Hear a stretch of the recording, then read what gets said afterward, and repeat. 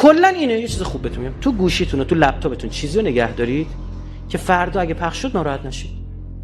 خب یه نفر میگه من عکسم میخوام باشه، خودت میدونی. برای من مهمه، به خاطر شغلم، به خاطر کارم. برای شما شاید مهم نباشه، اما گفتم هیچ تضمین وجود نداره که شما در آینده مهم نباشی. هیچ تضمین وجود فرزند شما مهم نباشه. بعد اینا آتم میگیرن دست.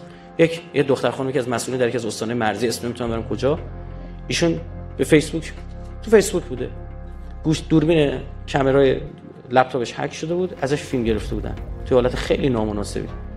بعد سرویس‌های امنیتی، ایشون مدیر کلی بود توی یکی از استان‌ها، سرویس امنیتی اون کشور خارجی که تو مرز با اونجا بود باش تماس گرفته بودن، گفتن یا فیلم دخترت پخش میشه یا با ما تو همکاری کن.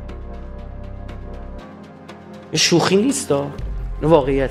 ببین تو الان اینجا نشستی دانشجویی، تقی به توقی خورد، فردا شورای شهر شهردار رفتی شدی وزیر و نمیدونم چی مگه نشده اینا؟ همشون گفتم مملکت ما اصلا ممکنه 24 ساعته توی به مسئولیتی برسی، اما 24 ساعته متخصص نمیشی. گرفتی دیگه، از این واضح‌تر نمیتونم تیکه بندازم.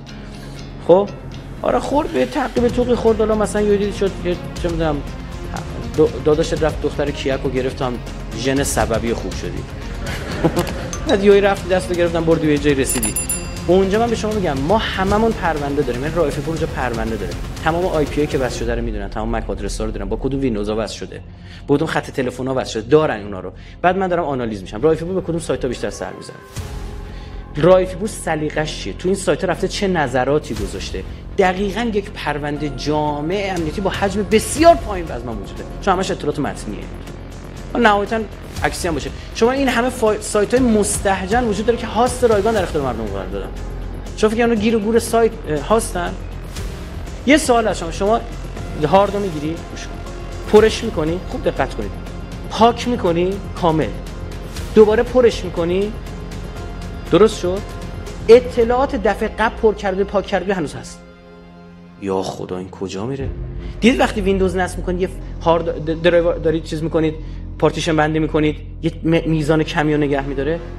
اینا همچین قدرت فشرده سازی اطلاعات دارن. منتها هنوز در اختیار عموم قرار ندادن. یعنی 100 گیگ توی فلش 1 گیگ جا بشه. توانشو دارن.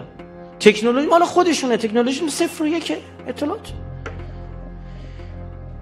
الان ایجاب نمی‌کنه اینو در اختیار مردم قرار بدن. گفتم اینایی که تازه تجاری میشه رو جمع کنید بابا. اوکی. ببین امنیتیاش چیه؟